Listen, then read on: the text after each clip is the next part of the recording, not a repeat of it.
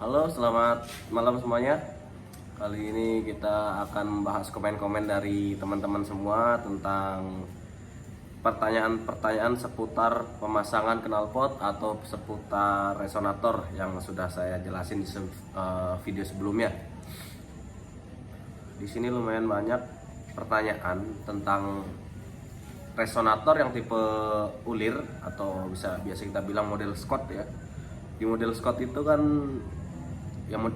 di model ulir itu bisa yang banyak ditanyain itu gimana caranya pemasangan bagian depannya mana, bagian belakangnya mana. Sekarang kita jelasin satu-satu. Dari Martin DH, pasang resonator yang benar ulirnya hadap mesin atau hadap knalpot. Jadi untuk resonator yang model kayak gini, nanti saya taruhin fotonya di sini. Ulirnya yang bener itu kayak di foto ini hadap ke arah muffler atau ke belakang. Untuk yang bagian mesin yang fotonya kayak gini, ini hadap ke bagian in. Nah, foto yang ini bagian X. Pertanyaan selanjutnya, untuk penggantian resonator sama muffler aja apa bisa merubah suara?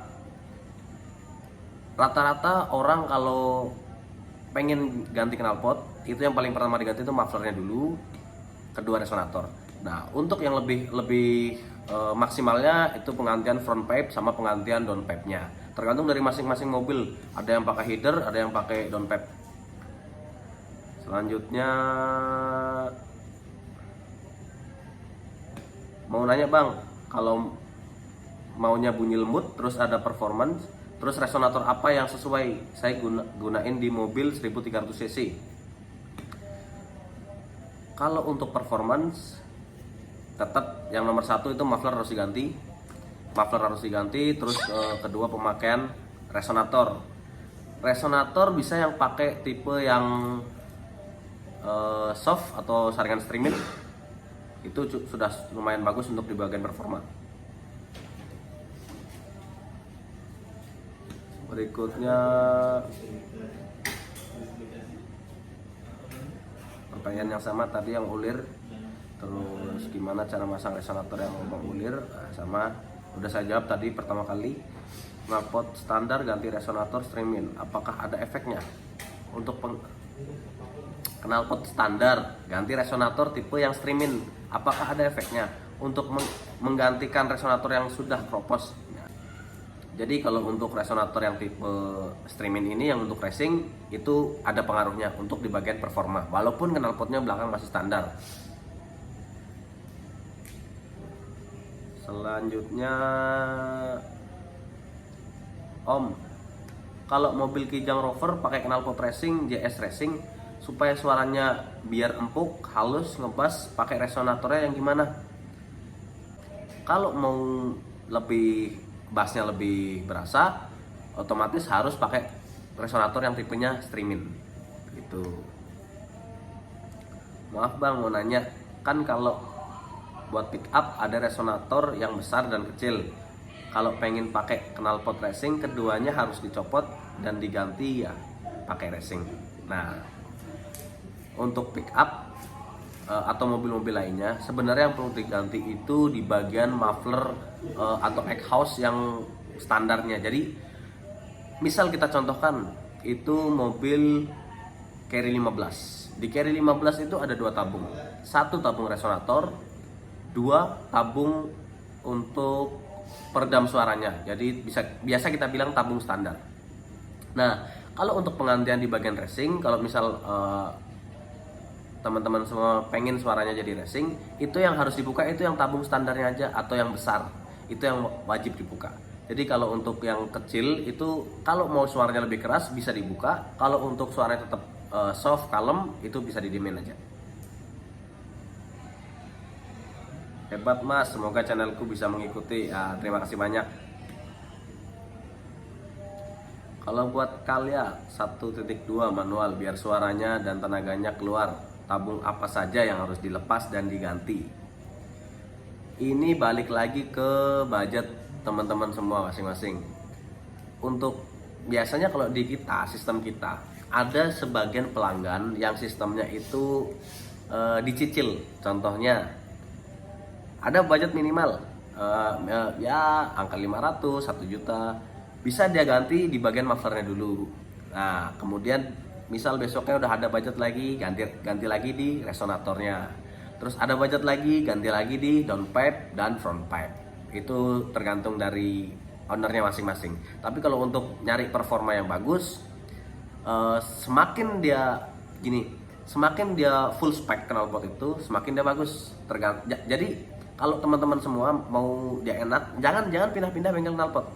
Jadi kalau situ udah datang ke bengkel jetshot, dari A, B, C, D-nya itu semua jetshot yang ngerjain. Jadi semuanya sesuai spek.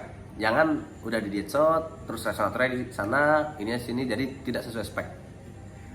Kalau satu bengkel, teman-teman yang langganan kalian datengin ke satu tempat, ganti semuanya di sana. Kalau resonator diesel tambah ori Yaris itu aman tidak? Kalau untuk knalpot Yaris dipakai di diesel itu pasti ada efeknya. Efeknya mobil bakal berasa lebih cepat panas. Kalau sudah mobil berasa cepat panas, jadinya overheat nanti. Malah beresiko tinggi ke mesin dieselnya.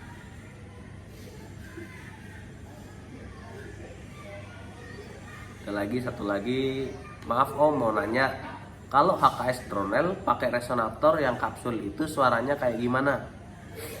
HKS Dronel itu dari segi spek knalpotnya dia sudah punya karakter suara yang bass lembut atau bass kalem, bass bulat lah.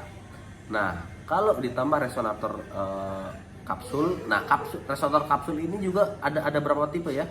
Kalau yang tipenya saringannya pakai saringan streamin itu karakternya jadi padat suaranya, ngebassnya itu dapat sekali.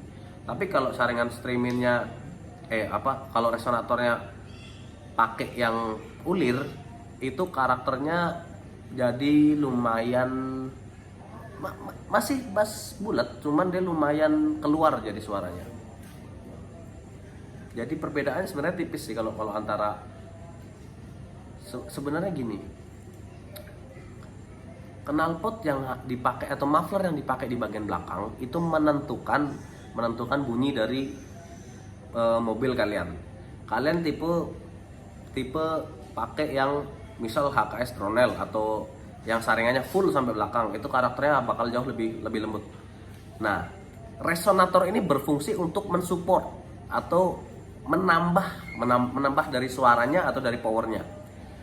Suara yang dihasilkan, misal dia pakainya yang tipe Dronel itu karakternya bass, ditambah dengan tipe yang resonator yang tipe streamin, itu jadinya hasilnya suaranya bakal bassnya bulat sekali. Kalau untuk pakai tipe yang kayak tadi JS Racing itu karakternya bass kering, jika ditambah dengan resonator yang tipenya ulir itu menghasilkan karakter yang bass kering. Jadi resonator itu berfungsi untuk mensupport dari muffler bagian belakangnya. Itu pertanyaan yang sudah ada. Jadi kalau memang ada pertanyaan lagi yang mau bisa ditanyain, nanti langsung di komen di bawah aja, nanti langsung kita jawab atau kita buatin videonya langsung. Buat teman-teman semua, terima kasih banyak sudah menonton video ini. Terima kasih.